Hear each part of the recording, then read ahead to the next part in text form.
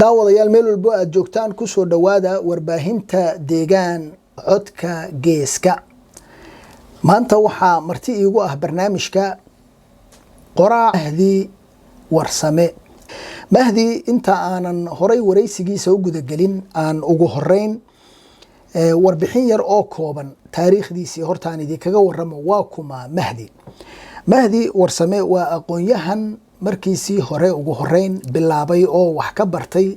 cilmiga sharciga kulliyadii sharciga ee jaamacadda ummadda Soomaaliyeed ee Muqdisho, kadibna u gudbay halkaas uga gudbay Ruushka Moscow isaga oo darajada labaad ee cilmiga master ka qaatay film soo saaridda jaamacadda filimaanta ee Moscow ee Ruushka. sidoo kale Mahdi waxa uu dhigtay uu Sweden ka bartay cilmiga waxbarashada jaamacada ku yaala Sweden. waxa uuna ku dhawaad 20 sano ka shaqeynaya uu yahay bare dhiga afka hooyo ee ka dhiga dugsiyada Sweden, haba ugu badnaadan waqtigiisii ugu badan magaalada Örebro ee ku taala bartamaha boqortooyada Sweden. sidoo kale Mahdi waa wakiilka ururka caalamiga ee qalinleyda Soomaaliyeed u fadhiya Sweden. Mahdi waxaa intaasi u dheer isagoo ah qoraa qormooyinkiisii ay jirsadeen in ka badan rubac qarni. Mahdi waa qoraa sheekooyinka gaagaaban iyo buugaag kaleba. waxa uu 86 qoray sheekadiisii ugu horeysay qisadii ugu horeysay ee caruusadihii cadcadaa. sidoo kale 88 waxa uu qoray Calas Lugay iyo 89 isagoo qoray sheekadii waaba laxba laga yiri.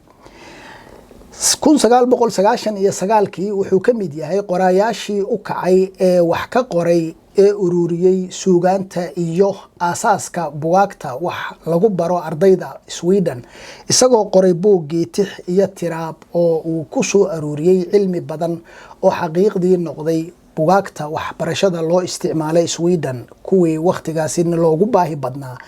Mahdi wuxuu uu maanta marti iigu yahay barnaamij ah oo aan uga hadli doono hadafka afka hooyo iyo caqabadaha soo wajaha ardayda iyo macallimiintaba iyo taariikhda afka hooyaba aan uga warrami doono. Mahdi ku soo dhawow warbaahinta deegaan codka geeska. aad baad noo mahadsan tahay maanta inaad naga aqbashay inaad wareysigan aan kula yeelano. nasan Cabdi Fataax waa dhawahay. Mahdi barnaamijku haddaan horay u galno ugu horeyn warbixin kooban oo ku saabsan taariikhda waxbarashada afka hooyo ee Sweden laga dhigo. goorma ayay Sweden bilowday in afka hooyo guud ahaanba kaliya af Soomaaliga waqtiyadii lagu bilaabayba ma sideedaba taariikhdaasi oo kooban dhinaca afka hooyo iyo nidaamka waxbarashada ee Sweden ee saamaxaya in afka hooyo la dhigo. luqadda afka hooyo waxa loo yaqaanaa afka Ingiriisiga the mother tongue.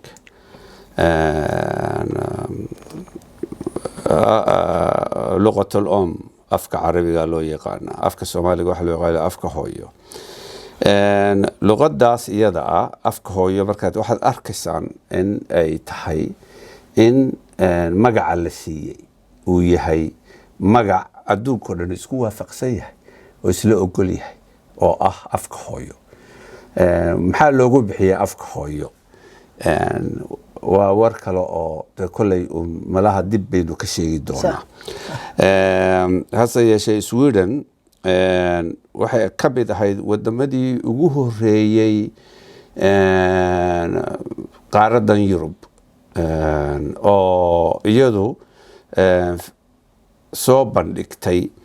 in luqadaha afafka hooyo ee dadka wadamadooda u soo guuray ay ka mid noqoto manhajka waxbarashada afafka lagu barto Sweden. waxayna ahayd markii ugu horeeyay bilowgii 1968 waqtiga waxa la oran jiray Hemsbrook afka guriga 1996 waxay u bixiyeen afka hooyo oo waxa laga bedelay magacii ahaa afka guriga oo afka hooyaa loo bedelay. marka dee waxaad garanaysaan marka wadanka kan laga bilaabay inay ahayd waqti hore iyo habraaci uu qaatay iyo processkii ahayd marka xataa magacyada la bedelayo hadaf bay lahaayeen oo mid waxaa la yidhi afguri kan kalena waxaa la yidhi afka hooyo marka waa saas afguri iyo afka hooyo macnaha ay af Soomaaligu samayn karaan hadda markaan u turjumno macno weyn bay ku kala duwan yihiin markii afguri la yiraahdo marka wax yar inta ma dood badan baa jirtay oo marka la bedelayo magaciisa laftiisa timid oo afguri waxa weeye gurigaas ay degan yihiin caa'iladaasi ama dadkaasi afka ay ku hadlaan laakiin doodaasi xag cilmiyeed ayaa daraasado la sameeyay awgeed ayaa looga horyimid waxa la yiri wuxuu afguri kaliya maaha oo qoyska Soomaaliga ah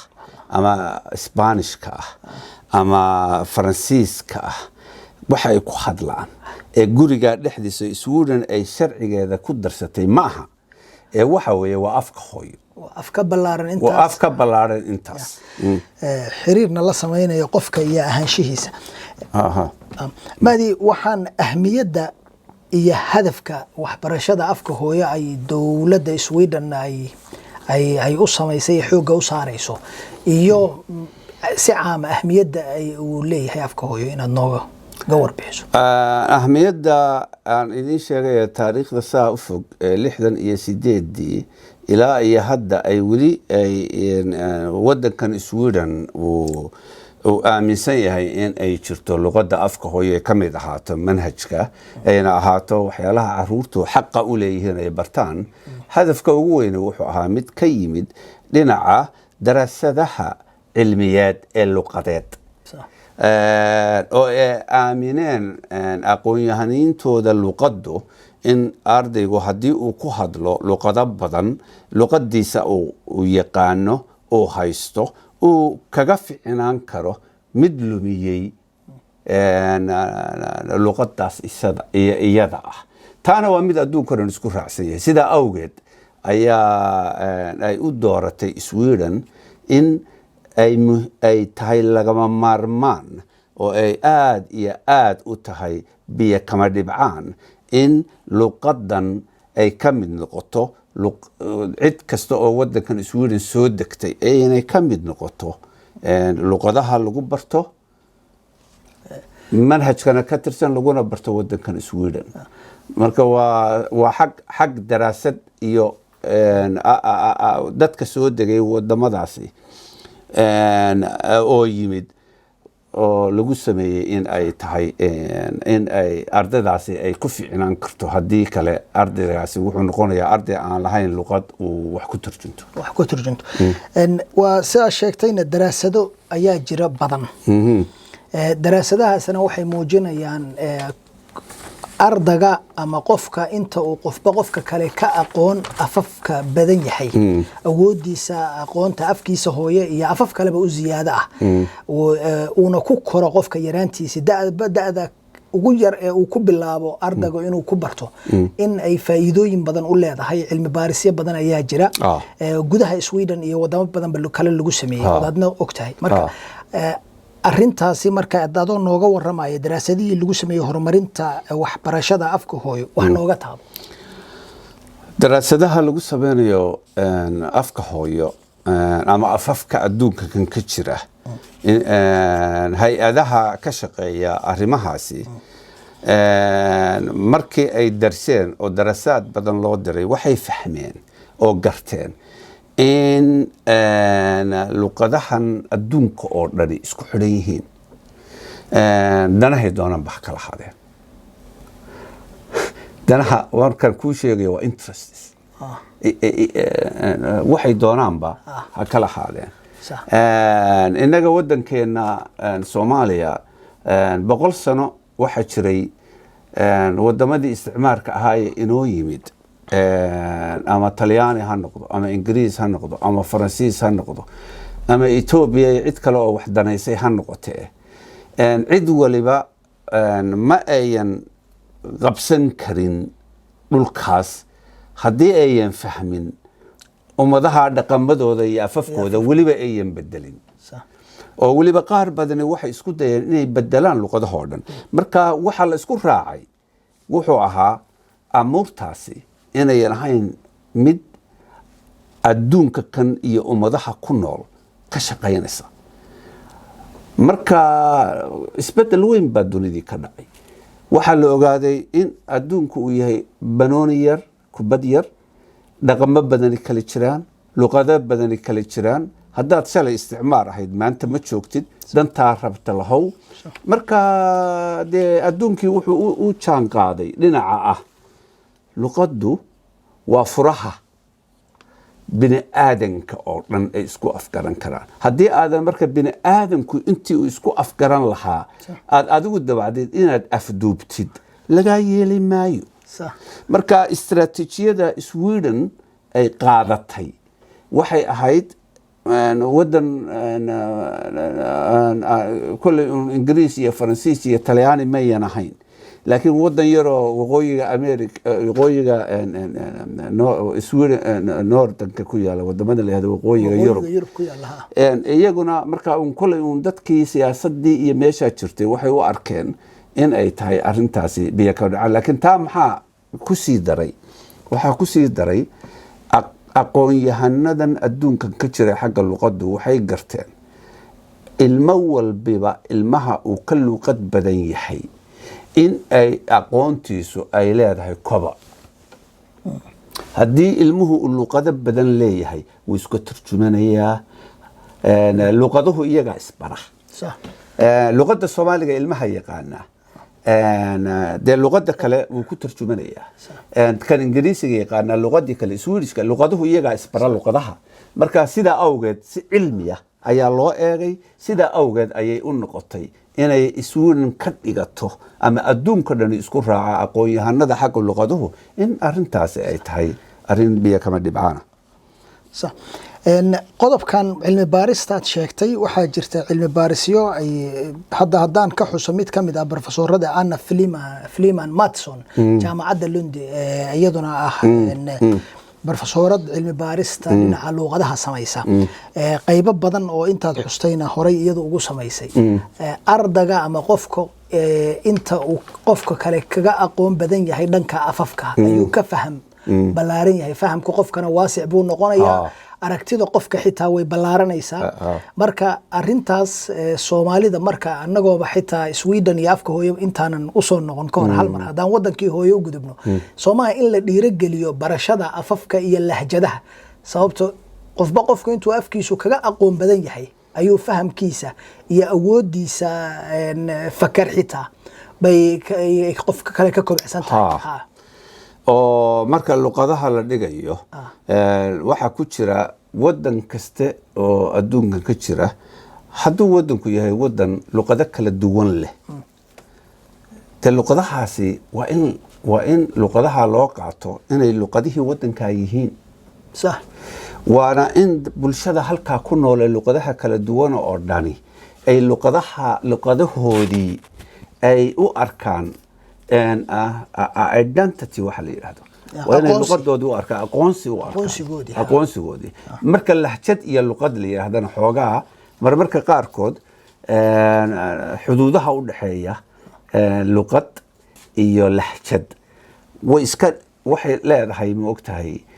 waxyaalo marmarka qaarkood uu ka yimaado doodo oranayma wuxuu ma luqad baa mise waa laakiin markaynu ka hadlayno adduunkan sida Sweden oo kaleeto iyo dee luqaduhu dadka halkan ku nooli luqado kala duwan bay leeyihiin luqadaha loo aqoonsan yahay inay luqado yihiin iyo luqadaha loo aqoonsan yahay inay afka hooyo yihiin way kala duwan yihiin kuwa loo aqoonsaday inay yihiin luqado Sweden markaan joogno ma aqaan Ingiriiska wax loo aqoonsado ma aqaan Ingiriiska Mareykan wax loo aqoonsado luqado laakiin luqadahaasi lahjada ma aha lahjadu waa cilmi lagu barto markaad luqada baranaysid oo la oranayo luqada Soomaaliga waxa ku jirta lahjadaha sidaasaa jira qaar baa ra dhaha qaar baa dha dhaha qaar baa dhaha maaragtay war kale dhaha ereyadaasoo dhani waxaasoo dhani luqad soomaaliya ayaa loo haystaa laakiin anigu waxaan u malaynayaa xataa inay jiraan luqado aan soomaali ahayn oo dhici karto in aan weli ifka loo soo saarin oo macnaheedu waxaan uga jeedaa way jiraan laakiin aan weli cilmi baarisyo lagu samaynin laakiin dadka Soomaalidu luqadda guud ay isku afkartaan lahjaday doonto ha ahaatee waa luqadda afka Soomaaliga weeyaan luqadaha aan weli cilmi baarista lagu saarina allahooday leeyihiin hase yeeshee anigu waan jeclaan lahay la sameeyo cilmi baaristaas marka in barashada afafka iyo kobcinta afka hooyo laftirkiisu wadankii gudihiisii xitaa waa in la xoojiyaa si ay u helaan Soomaalidu iyo caruurta soo koraysa ay awoodooda aqoonta afka iyo fahamkoodaba u sii ballaarto Soomaa 1972 markii afka Soomaaliga alfabeetka 100 sano dooda socotay 1972 ayaa waxyaalaha Soomaalidu ku guuleystay kamid ahaa in bal aynu helo waxa la yiraahdo alfabeetada qoraalkii dhigaalka af Soomaaliga dhigaalkuna waa xuruuftuna waa codadka alfabeetka waxa la yiraahdaa waa codad af walba wuxuu leeyahay codadkaas hadda la sameeyay ba xataa welidoodii ka taagantahay inaan horumar ku sameeyno iska badaa wax kale bal intayna bal lahjada gaadhin xataa codadkii inaan ku sameeyno weli horumar bay u baahan tahay marka boqolka sano u dambeeyay haddaynu kala qaybino waa hore marna 100 sano waxayna haystay isticmaar waxba inooma ogolay haddana dee 30 sano ka dambeeyaa jira oo dadku yiraahdaa burburka oo 30 dawladnimo ay jirtay oo marka hawshu inooma sahlana hawshu waynu ku adagtahay maadi waxaan soo noqonaynaa dhigida afka hooyo iyo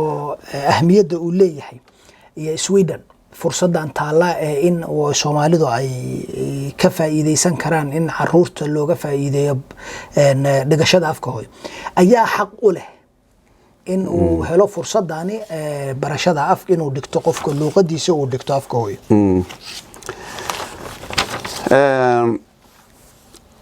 su'aalihii hore qaar baan ku noqon doonaa oo xagga forskninka waxaan ogahay in jaamacadda Sweden jaamacadda Stockholm iyo ay leeyihiin maxadiyo daraasadaha luqadaha daraasado badan baa la sameeyay xataa markii u dambeysay waxaa jirtay maxadka faculty-kan ku yaala aqoonta luqadaha ay sameeyeen daraasado aad u waaweyn oo saaxiibka hadda aad sheegaysid kamid yahay laakiin markii anigu aan dhiganayay aqoonta afka macallimiintaydii waxay ka yimaadeen jaamacadda Stockholm professoradu anigu dee waxaan dhiganayay wuxuu ahaa macallinimada laakiin macallimiinta luqadaha qaybtaasi ka yimaadeen marka su'aashaas iyada hadhow aan ku noqonayaa laakiin tan ayaa xaq u leh waxa xaq u leh ilaa ilmaha yar ee barbartooniyada wixii la oran jiray ama fasalka tababarka lixjirada ilaa 5 jiro 6 jiro waxa xaq u leh dugsiga dhexe oo ah fasalka koowaad ilaa ardada dhigata dugsiga dhexe ilaa 9aad waxa xaq u leh dugsiyada sare waxa xaq u leh ardayda ama dadka dhigta dugsiyada dadka waaweyn communal function utbildning baa la yiraahdaa Sweden oo ah qayb badan baa waxay leedahay ardada iyagoo dhalinyarada ah wixii hadda weynaaday oo xagga aaday inay xaq u leeyihiin inay sii dhigtaan xataa dadka waaweyn ayaa xaq u leh marka xaqaasi waa dadka xaqa u leeyahay waa dadkaas aan ku sheegay sharciga Sweden waxbarashada ayaa xeerka waxbarashada ee Sweden ayaa xaq u siinaya Soomahan in uu ardaygu helo fursadaas uu ku baranayo afkiisa hooyo waayo wasaaradda waxbarashada ee Sweden waxa ay aqbashay oo ay iyada lafteedu ay la timid in afka hooyo uu noqdo hay-adaha waxbarashada qayb ka mida oo manhajka ku taala marka intan aan kuu sheegay oo dhan waa xaqa ay siiyeen hay-adahaas waxbarashadu hay-adda waxbarashada iyo wasaaradda waxbarashadu sida ay hadhowto maxaa ina kasoo horjeeda iyo waxyaalo oo waxaa jira carqalada way jiraya laakiin xaqaas waa wasaaradda waxbarashada iyo siyaasadda waxbarashada ee waddankan Sweden weeye waxaan u noqonaynaa cilmi baaristi ee jaamacadda Stockholm iyo tii adigu laftirkaagu aad qaybta ka ahayd aad ka qayb gashay intaad dhiganaysay cilmiga waxbarashada jaamacadda Stockholm waxaa jira faculty ama qaybta la yiraahdo waxbarashada luqadaha badan flerspråkig ama multi language faculty afka ingiriisiga lagu yiraahdo oo ah luqadaha badan waxaa jiray ka dhacay daraasado aad u waaweyn magaaladan Örebro waxaad moodaa inay xarun u ahayd xataa way imaan jireen macallimiintii anigu markaan dhiganaya qaybtan waxbarashada ku tilay Mälardalens folkhögskola waxay yiraahdaan ama Mälardalens högskola jaamacadda waxbarashada macallimiinta gobolkaas kulliyadda macallimiinta macallimiin bay ii ahaayeen aniga kolleyna waxay ka yimaadeen maxadka qaybta facultyga jaamacadda Stockholm ee afafka multi language faculty baa la yiraahdaa marka waxaan arkay qaybtaasi intay daraasado sameynaysay marka daraasadaha ay sameynayeen oo dhan marka u dambeysay ilaa 3 daraasadood waxay qaateen inay hal luqad oo kamida luqadahan